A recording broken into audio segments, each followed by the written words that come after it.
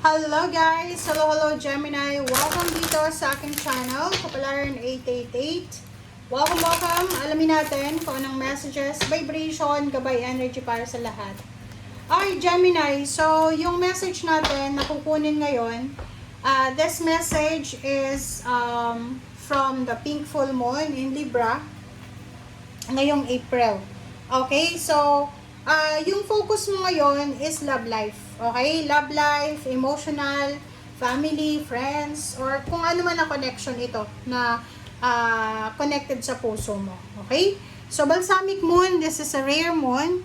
A time for healing. So, this month of April, ang dala ng pink full moon ng Libra sa'yo ay healing. Emotional healing, financial healing, spiritual, psychological, physical, lahat ng klase ng healing.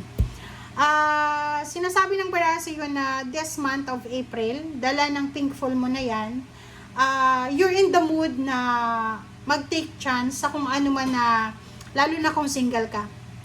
Kung single ka, like, pwedeng yung pink full moon na to, ay magkakaroon ka ng urge na maghanap ng relationship. Maghahanap ka ng bagong kaibigan, bagong connection, which is hindi ka mahihirapan na i-express yung sarili mo. Kasi magaling ka, may tsura ka, gwapo, maganda, lahat makakapansin sa'yo. So, nakikita ko sa'yo dito, like, kung galing ka sa heartbreak, makaka-recover ka ng mabilis sa relationship mo. Okay? And if you're looking for a relationship, napakaganda ng pink full mo na to kasi focus to sa love life mo. Makakahanap ka, even friends or even, like for example, acquaintance, hindi mailap yung mga tao sa'yo sa buwan na to. Kasi di ba may mga buwan na mailap yung mga tao na wala man lang nakakapansin sa atin. So, for this month, nakikita ko na parang apple of the eye ng mga tao. Diba? You're in the limelight. Oops. Alright. Love. Oh. Diba? Kakasabi ko lang sa'yo Am I right? Okay. So, yun. There's a parang new love life, unexpected love life, unexpected encounter ng mag-ex. Maraming makakapansin sa'yo. Sobra kang like, para kang magsha-shine ka sa buwan na to ng April. Maraming makakapansin talaga sa'yo. Okay? Lalaki ka man, babae, ano man yung gender mo. Kahit may asawa ka na, kahit may boyfriend, girlfriend ka na, magiging solid and secured yung relationship mo. Victory and success. There's a 6 of Wands. There's a Knight of Wands. Wow! Ang ganda. Talagang nakapokus sa love life to sa stability. Ang ganda. Alright, so kung makikita mo dito, possible na there's a victory and success. You're successful financial and emotional.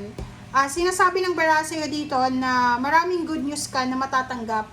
Like mga job offer, pwede din na mga financial help offer, investment, ganito. There's a celebration, family celebration na mangyayari. And sinasabi ng Barasio na wala kang dapat problemahin sa family mo because financially, you can enjoy, recover, whatever man na nawala sa inyo. Nakikita ko sa'yo dito na you're planning to get married ba? Or nakikita ko sa'yo dito if you are in the long distance relationship, pwedeng magkikita na kayo ng karelasyon mo. Okay? Like family, asawa, mga anak, yung ganito. Okay, what's the 6 of Wands? Okay, the 6 of Wands is 2 of Cups. Talagang nakacenter to sa love. So, nakikita ko sa'yo dito na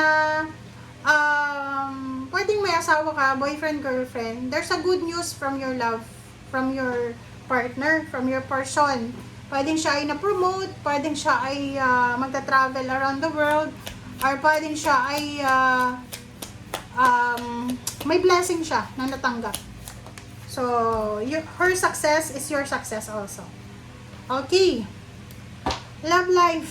Nakikita ko sa'yo dito na kung single ka, may magkakagusto sa'yo. Isang exciting na encounter, love encounter, ang posibleng papasok sa'yo. Kaso lang, hindi ka interesado. Hindi ka interesado eh. Or pwedeng in a relationship ka na, and then may magkakagusto pa sa'yo. Wow! Nakikita ko sa'yo dito, hindi lang love life yung mangyayari sa'yo. There's a parang job offer. Isang solid na job offer ang posibleng makukuha mo. Nakikita ko sa'yo dito na yung iba sa inyo ay magbabakasyon this April kasama ang pamilya nyo. And yung iba sa inyo ay yun, pwedeng nasa long distance relationship o OFW ka ba? Kasi pwedeng magkita kayo ng pamilya mo this April. Okay, for once. Sa usaping family life, emotion, nakikita natin na magiging sobrang maganda ang takbo ng iyong family. Okay, family life. Para siyang yung Wheel of Fortune kasi, iikot siya pabor sa inyo. So, ano man ang hindi pabor sa inyo, like sa sister mo, sa brother mo, sa parents mo, or kung may anak ka na, asawa, apo, ganyan, magiging maayos yung takbo this April.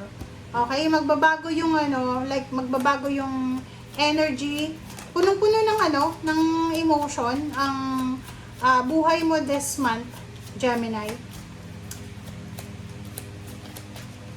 Okay, Six of Pentacles. Wow. Gemini, there's someone here. May isang tao dito, Gemini, na posibleng mag-offer siya sa'yo ng financial help. Yung taong ito ay makakatulong sa'yo, lalo na kung may pangangailangan ka financially. It's either, love life mo to, asawa, kapatid, magulang. Nakikita ko na you are supported. You are supported sa kung ano man ang financial needs mo this month.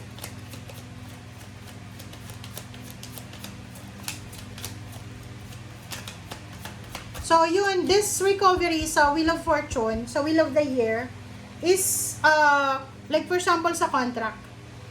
Siguro matagal kang unemployed or matagal kang nagbakasyon. So, sinasabi ng baraha sa'yo dito na there's a healing. Pwedeng bumalik ka na sa trabaho, there's an offer na pwedeng makatulong sa'yo. Okay? And sinasabi ng baraha sa'yo dito,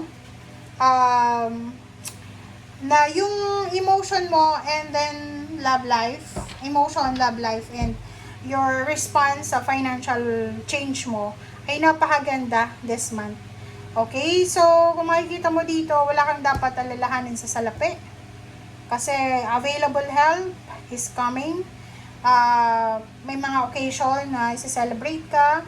Yung pamilya mo stable, secured, and solid. There's a travel coming. There's a love life coming, there's a wedding coming, unexpected baby, and marami pang iba. Okay? Thank you guys. Bye!